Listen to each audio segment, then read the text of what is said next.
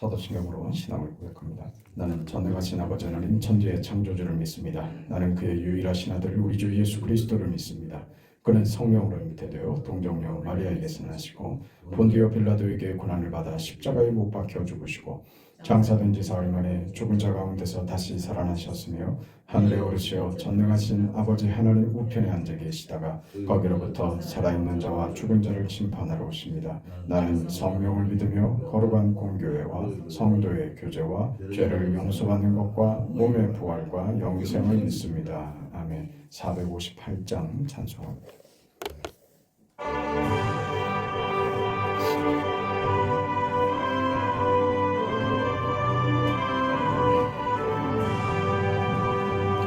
너희 마음에 슬픔이 가득할 때 주가 위로해 주시리라. 아침에 같이 빛나는 마음으로 너 십자가 지고 가라. 참 기쁜 마음으로 십자가 지고 가라. 내가 기쁘게 십자가 지고 가면 슬픈 마음이 위로받네. 때를 따라서 주시는 은혜로서 가란 심령의 힘을 얻고 주가 언약한 말씀을 기억하고 너 십자가 지고 가라. 참 기쁜 마음으로 십자가 지고 가라. 내가 기쁘게 십자가 지고 가면 슬픈 마음이 위로받네. 내가 맡은 일 성실히 행할 때에 주님 앞에서 상 받으리. 주가 베푸신 은혜를 감사하며 너 십자가 지고 가라. 참 기쁜 마음으로 십자가 지고 가라. 내가 기쁘게 십자가 지고 가면 슬픈 마음이 위로받네.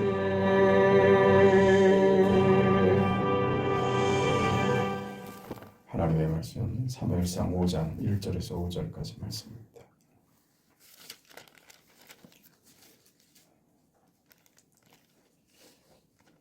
하나님의 말씀을 우리 함께 읽습니다. 블레셋 사람들이 하나님의 궤를 빼앗아 가지고 에베네셀에서부터 아스돗에 이르니라. 블레셋 사람들이 하나님의 궤를 가지고 다곤의 신전에 들어가서 다곤 곁에 두었더니 아스돗 사람들이 이튿날 일찍이 일어나 본즉 다곤이 여호와의 궤 앞에서 엎드려져 그 얼굴이 땅에 닿았는지라. 그들이 다곤을 일으켜 다시 그 자리에 세웠더니 그 이튿날 아침에 그들이 일찍이 일어나 본즉 다곤이 여호와의 궤 앞에서 또다시 엎드려져 얼굴이 땅에 닿았고 그 머리와 두 손목은 끊어져 문지방에 있고 다곤의 몸뚱이만 남았더라. 그러므로 다곤의 제사장들이나 다곤의 신전에 들어가는 자는 오늘까지 아스돗에 있는 다곤의 문지방을 밟지 아니하더라. 아멘.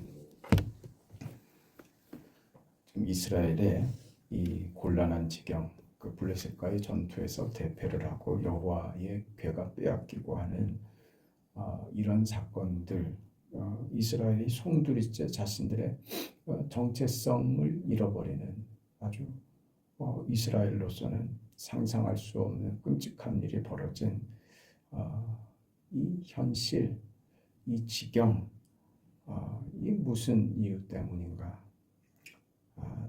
단순히 벌 주고 상 주고 하는 그런 차원에서의 일이 아니고 하나님께서 당신이 수모를 겪는 한이 있더라도 하나님께서 이스라엘을 바르게 하고 교훈하고 그 하나님이 기대하시는 수준으로 하나님이 만드시겠다고 하는 그 하나님의 굽히지 않는 의지의 결과다. 그렇게 했습니다. 그게 무엇이었는가? 이스라엘이 하나님을 단지 수단으로 생각했다.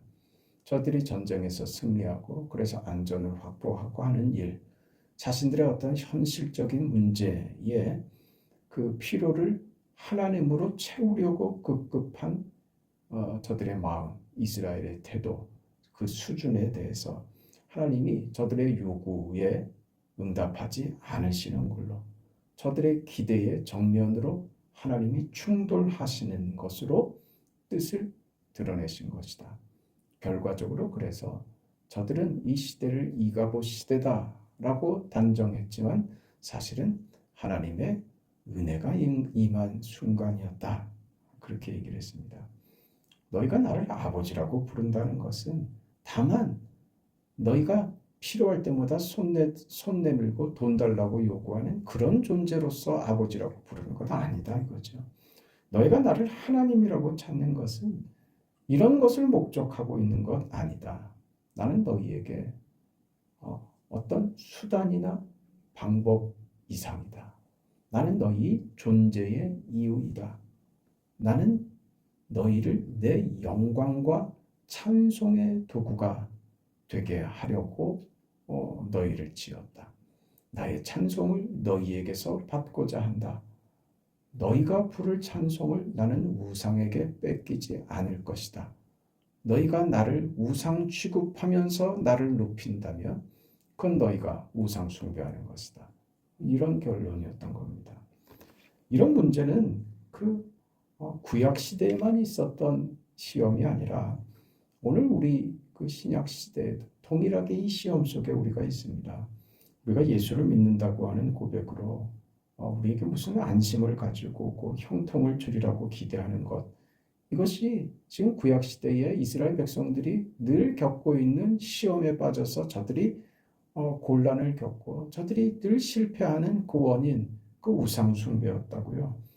우리가 예수를 믿어서 형통해지고 성공하고 승리하고자 하는 그런 기대는 그게 다 우상이라는 말입니다.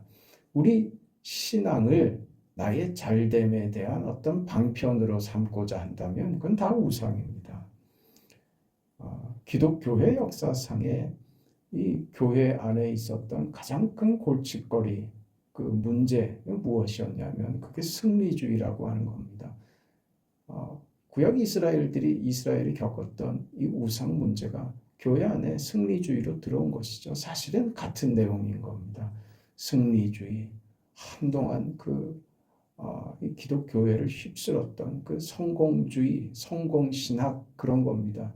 잘 되고 높은 지위에 올라가고 뭘 그래서 자기 잘된 것으로 하나님께 영광을 돌리고 그러면 야 예수 믿으면 저렇게 잘 되는구나. 그게 부러워서 예수 믿는 사람들도 나도 저렇게 잘 돼야 하나님께 영광이 되는 거고 그래서 없는 거 만들어내고 거짓말하고 공갈치고 마치 지금 내가 잘 되고 있는 것처럼 속이고 말이죠. 그런데 알죠. 내가 그렇지 않다는 것. 그럼 어디에 빠집니까? 자괴감에 빠지죠. 왜 나는 안 될까? 그 이유가 뭘까? 예수 믿으면 저렇게 잘 되는 게 맞는데 승리하는 게 맞는데 오늘 내 인생은 예수 믿기 전이나 후나 사실 내 인생이 달라진 것이 없는 것 같은데 아니 오히려 예수 믿고 나서 사는 게 더 힘들면 힘들었지 편해지지는 않습니다. 이걸 어떻게 설명할 것인가? 이건 내가 문제가 있는 사람이구나. 신앙생활을 포기하더란 말입니다. 자기에게 문제가 잘 발견이 되지 않으면 무슨 조상의 조상을 들먹거리고 사돈의 팔촌까지 들먹거려서 무슨 가족 중에 무슨 죄를 짓고 잘못한 것이 있지 않나, 아니면 내가 잘못했는데 회개하지 않고 넘어간 일이 있지 않나. 우리 신앙생활이 공포가 돼버리더란 말이에요. 그건 단단히 뭐가 잘못 간 겁니다. 첫 단추가 잘못 끼워준 거죠. 뭐였다고요? 그게 성공신학이니 승리주의니 하는 것이었습니다. 기독교 신앙이 초기 로마 시대에 인정받지 못했죠. 이교도들 취급을 당했습니다. 그러다가 로마 시대 콘스탄틴 대제가 황제가 되면서 기독교가 로마의 국교가 되어버립니다. 그래서 교회가 세상 권력까지 손아귀에 쥐게 됐더란 말이에요. 우리는 역사상의 이 시대를 압니다. 그 중세의 암흑 시대가 되어버렸죠.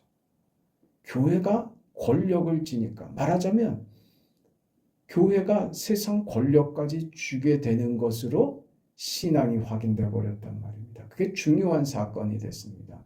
그래서 신앙이 무슨 승리하고 권력을 쥐고 성공하고 하는 것으로 우리 신앙이 확인되는, 그 내용은 들여다볼 필요 없이 큰 규모의 교회가 됐다 그러면 그 교회는 하나님이 붙드시고 복 주시는 교회, 이렇게 등식처럼 돼버렸단 말입니다. 그게 우리는 우리 시대에 다 봤죠. 산산이 부서져 버리지 않았습니까? 대형 교회들이 가지는 그 참상들을 우리가 수도 없이 봤죠. 그래도 이걸 못 벗습니다.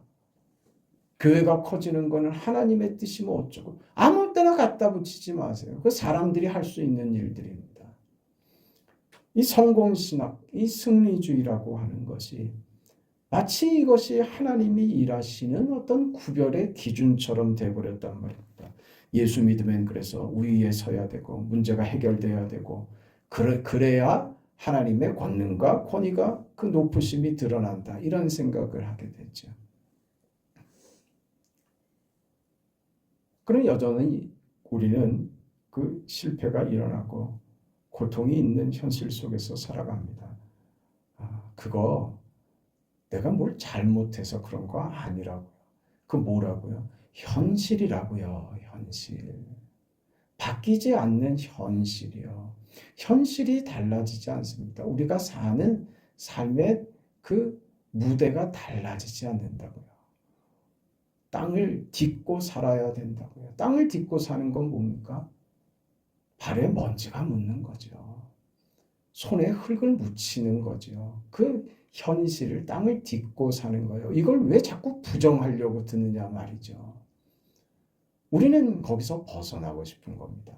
고생하지 않아도 되고 마음 썩지 않아도 되고 그저 늘 변화산에 올라간 제자들처럼 주님 여기가 좋사오니 그러고 싶단 말입니다. 하나님이 나를 번쩍 들어서 땅에 발을 안 딛고 살아갈 수 있도록 해주시는 것이 신앙생활이라고 생각한다면 그것이 곧 승리주의고 그것이 우상이라고요. 절대 그렇지 않습니다. 우리 신앙이 승리주의로 성공주의로 가버리면 언제나 우리는 보이는 싸움에 집착하게 되고 보이는 것으로의 보상을 요구합니다. 여러분 보세요. 오늘 우리가 계속 보고 있는 사무엘상 4장, 5장의 사건이 무엇으로 보입니까? 승리주의로 보입니까? 아니죠. 저들의 보상에 대한 하나님의 거부 아닙니까? 승리주의를 거부하시는 하나님입니다. 지게 하죠. 이스라엘에게 뭘 요구하세요? 패배를 요구하신다고요.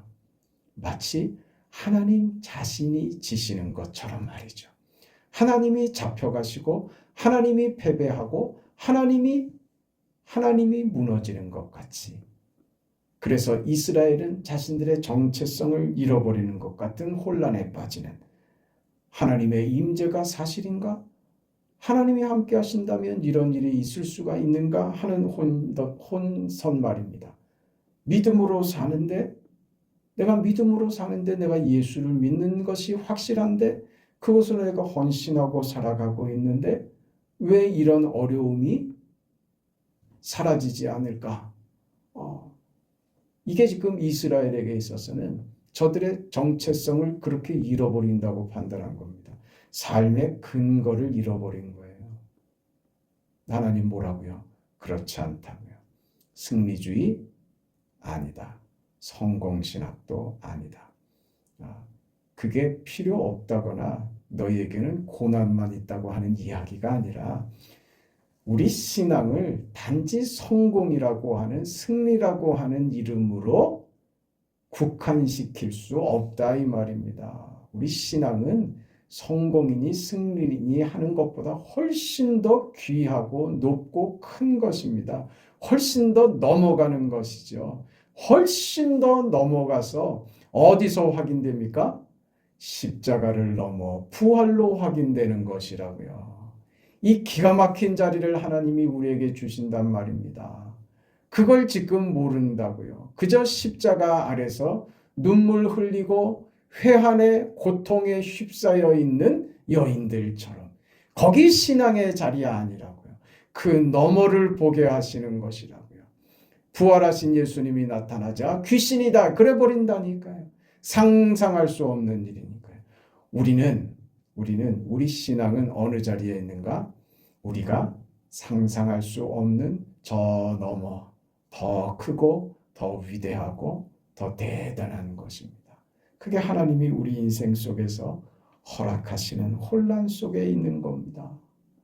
그 너머 고난 너머에 하나님이 주신 것, 이것으로 너를 더 좋게 해야 되겠다. 그게 아버지의 뜻인 것입니다. 아버지기 때문에 그렇죠. 아버지기 때문에 너에게 사탕만 내가 먹일 수가 없다고요. 너에게 학교도 보내야 되겠고 내가 너를 그 세상이라는 공간 속에 사람들 틈바구니에 너를 집어넣어서 거기서 부딪히고 사기도 당하고 사람들과의 관계에서 어려움도 겪고 친구도 사귀어 보고 하는 그 경험으로 너를 훌륭한 사람으로 만들겠다. 너를 나의 찬송이 되게 하겠다. 그러니까 우리의 찬송은 어디서 나오냐면 연말 시상식에서 트로피 들고 하나님 감사합니다 해서 나오는 거 아니라고요. 네? 우리 인생에 그럴 일이 뭐 얼마나 있겠습니까? 상대적인 박탈감만 들지. 나는 저러지 못하고 저 사람 위대하다 대단하다. 아니 그러지 말잔 말입니다. 그럴 자리가 되면 그럴 수 있는 건 그냥 그 자리에 있을 수 있으니까 그런 것뿐입니다.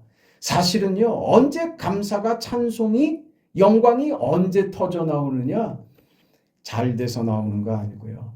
그럴 수 없는 환경과 조건 속에 있는 사람이 하나님 감사합니다. 그 조건 속에서 말이 안 되는 상황 속에서 하나님을 찬송할 때 그때 하나님이 찬송을 받으신다고요. 거기서 터져 나온단 말입니다. 그래서 우리가 예수를 믿는다라고 하는 고백을 할 때는 바로 이 자리까지 가는 겁니다. 변화입니다. 변화. 오늘 저녁에 두 가지에 대해서 이야기를 좀 나눠볼까 합니다. 두 가지 변화가 일어납니다. 도덕적 변화와 세계관, 가치관에 대한 변화가 일어납니다. 이것으로 달라진 인생을 확인하는 겁니다. 우리는 그렇습니다.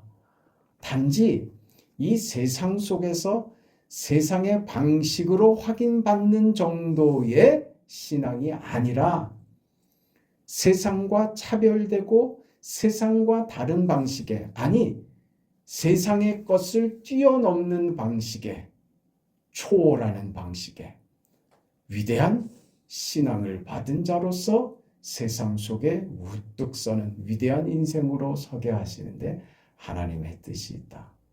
그런데 어떻게 그 하나님을 우리가 세상적 보상과 세상적 승리와 성공을 위해서 하나님을 수단으로 전락시킬 수 있느냐 이 말입니다. 하나님이 그거 난 참지 못한다. 그리고 너희 인생의 자리를 거기에 머물게 하지 않겠다. 이게 하나님의 의지입니다. 너희 그런 존재들 아니다. 너희 그렇게 가볍고 세상에서 단지 머리가 될지언정 꼬리는 되지 않도록 하는 그런 식의 기도하지 말잔 말이죠. 그것으로 확인되는 것 아니란 말입니다. 왜 우리는 꼬리 되기가 싫은 거죠? 가난하게 하지 마시고 왜 가난하면 안 되냐 이 말이죠. 그건 누구 기준입니까? 하나님이 원하시는 뜻이냐 이거죠. 내가 불편하고 싫은 것이기 때문에 그렇습니다. 돈 없으면 죽을 것 같죠. 그러면 확실하게 돈이 나의 우상이 돼 있는 겁니다. 돈 없으면 나 못 살 것 같다. 그럼 그 사람은 돈이 그 사람의 우상입니다. 하나님, 나는 어떤 지경에 어떤 상황에 있어도 저는 괜찮은 사람이 됐습니다를 아는 것 말입니다. 그게 믿음의 자리라고요. 그게 돈이 필요 없다는 얘기를 하는 게 아닙니다. 우리에게 높아지지 말라고 하는 것도 아닙니다. 그런 것이 가치가 될 때는 그게 우상이 돼버린단 말이죠. 하나님이 목적이 되고 하나님이 영광이 되고 우리 삶의 가치가 내 삶이 하나님의 찬송이 되길 원합니다 하는 신앙의 자리에 우리가 설 때는 그 삶을 넉넉하게 더 많이 살아내도록 하나님이 우리 인생에 달란트를 주신다니까요. 그것으로 우리는 수단으로 삼아 우리 인생을 넉넉하게 살게 되죠. 수단이 될 때는 그게 하나님의 영광이며 찬송이 됩니다. 그러나 그게 우리의 가치가 돼버릴 때는 우리는 거기 매여버리는 겁니다. 바보 같죠. 쪼다같이 구는 거죠.